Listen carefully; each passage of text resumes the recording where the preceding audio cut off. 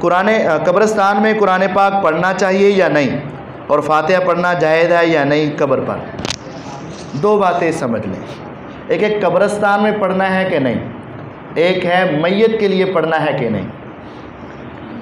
نبی علیہ الصلوۃ والسلام نے فرمایا کہ اپنے گھروں میں قرآن پڑھو، جس گھر میں قرآن پڑھا جاتا ہے وہاں سورہ بقرہ پڑھی جاتی ہے، وہاں سے جنات بھاگ جاتے ہیں۔ تو یہ قبرستان میں قرآن مجید پڑھنا نبی کریم صلی اللہ علیہ وسلم سے ثابت نہیں ہے۔ گھروں میں قرآن پڑھو، شیطان جنات اس گھر سے بھاگ جاتے ہیں جہاں سورہ بقرہ کی تلاوت ہوتی ہے۔ قبرستان میں جا کر قرآن پاک پڑھنا یہ قرآن و حدیث سے ثابت نہیں ہے، اس وجہ سے نہیں پڑھنا چاہیے۔ مسئلہ اصل یہ ہے کہ میت کے لیے فاتحہ خوانی کرنا یا قبر کے پاس کھڑے ہو کر میت کے سر کے پاس اور پاؤں کے پاس سورہ بقرہ اور کچھ پہلا آخری رکوع پڑھتے ہیں تاکہ میت کی بخشش ہو جائے۔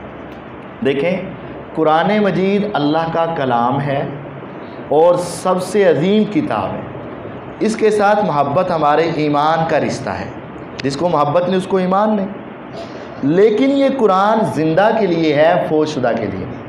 فاتحہ پڑھی جاتی ہے الحمدللہ رب العالمین، اللہ کی تعریف ہوگی، الرحمن الرحیم میرے اللہ کی شان ہوگی، مالک یوم الدین اللہ تعالیٰ کی بزرگی ہوگی، ایاک نعبد و ایاک نستعین یہ بات ہے اللہ ہم تیری عبادت کرتے ہیں، تجھ سے مدد مانگتے ہیں۔ بندے زندہ کی ہوگی نا عبادت اور مدد۔ اہدنا الصراط المستقیم اللہ مجھے سیدھا راستہ دکھا، یہ زندہ ہی دیکھ سکتا ہے، مردہ تو سیدھا راستہ نہیں۔ صراط الذین انعمت علیہم غیر المغضوب علیہم ولا الضالین مجھے ان لوگوں کے راستے پہ چلا جو انعام والے ہیں۔ تو یہ فوت شدہ نے تو راستے پہ نہیں چلنا۔ تو یہ ساری دعا تو اپنے لیے اور زندہ کے لیے ہوگی، میت کو اس کا کیا فائدہ ہوا؟ اگر آپ ایک لفظ بھی بول دیتے اے اللہ اس میت کو معاف فرما، تو دعا کس کے لیے ہونی تھی؟ میت کے لیے۔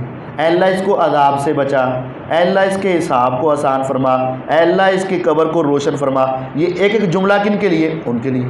فاتحہ جو ساری پڑھی ہے وہ تو اپنے لیے ہے، اس میں میت کے لیے تو کوئی ہے ہی نہیں۔ تو یہ فاتحہ میت کے لیے تو ترجمے کے اعتبار سے بھی نہیں ہے۔ اور دیکھیں، ہمیں اگر اپنے پیاروں سے پیار ہے، اپنے والدین سے، اولاد سے، بھائیوں سے، تو کیا میرے نبی علیہ الصلوۃ والسلام کو اپنی بیویوں سے پیار نہیں تھا؟ اپنی بیٹیوں سے پیار نہیں تھا؟ اپنے چچا سے پیار نہیں تھا؟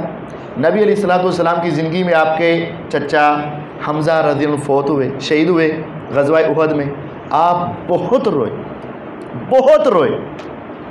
نبی علیہ الصلوۃ والسلام کی بیوی سیدہ خدیجہ رضی اللہ عنہ فوت ہوئی، آپ ساری زندگی ان کو یاد کرتے رہے۔ چھوٹا سا سوال ہے، نبی علیہ السلام کی دو بیویاں، نبی علیہ الصلوۃ والسلام کی دو بیٹے بلکہ تین بیٹیاں آپ کی زندگی میں، نبی علیہ الصلوۃ والسلام کے چچا، نبی علیہ الصلوۃ والسلام کے تین بیٹے، سینکڑوں صحابہ آپ کی زندگی میں اس دنیا سے گئے، صرف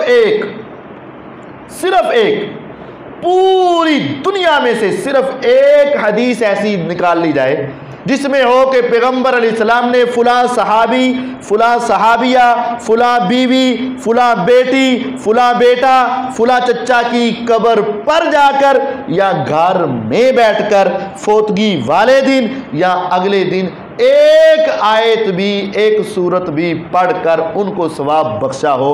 اگر ہمیں مل جائے تو ہم تو ساری زندگی اس پر عمل کریں گے، لیکن میں قسم کے ساتھ بھی یہ بات کہہ سکتا ہوں قرآن و حدیث میں اس کا کوئی ثبوت نہیں۔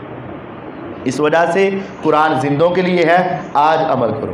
فوت ہو جائیں تو قرآن نے ہمیں سکھایا والدین سب سے زیادہ محبوب ہوتے ہیں، تو قرآن نے کہا وَقُلْ رَبِّ ارْحَمْهُمَا كَمَا رَبَّيَانِي یہ کہو اے اللہ ان پر رحم کر جس طرح انہوں نے میرے بچپن میں میرے اوپر رحم۔ ماں باپ کے لیے اللہ تعالیٰ دعا سکھا رہے ہیں، تو ماں باپ سے آگے کون ہے؟ اگر ماں باپ کے لیے بھی دعا ہے، اللہ نے یہ نہیں کہا فاتحہ پڑھو، کہا یہ دعا کرو وَقُلْ رَبِّ ارْحَمْهُمَا كَمَا رَبَّيَانِي صَغِيرًا، دعا کرنی۔ تو اگر والدین کے لیے دعا ہے تو باقی سب کے لیے بالاولیٰ دعا ہے۔ آپ نماز میں پڑھتے ہو ربنا اغفر لی ولی وللمؤمنین یوم یقوم الحساب، یہ دعا ہے، تو دعا کرنی ہے، فاتحہ نہیں۔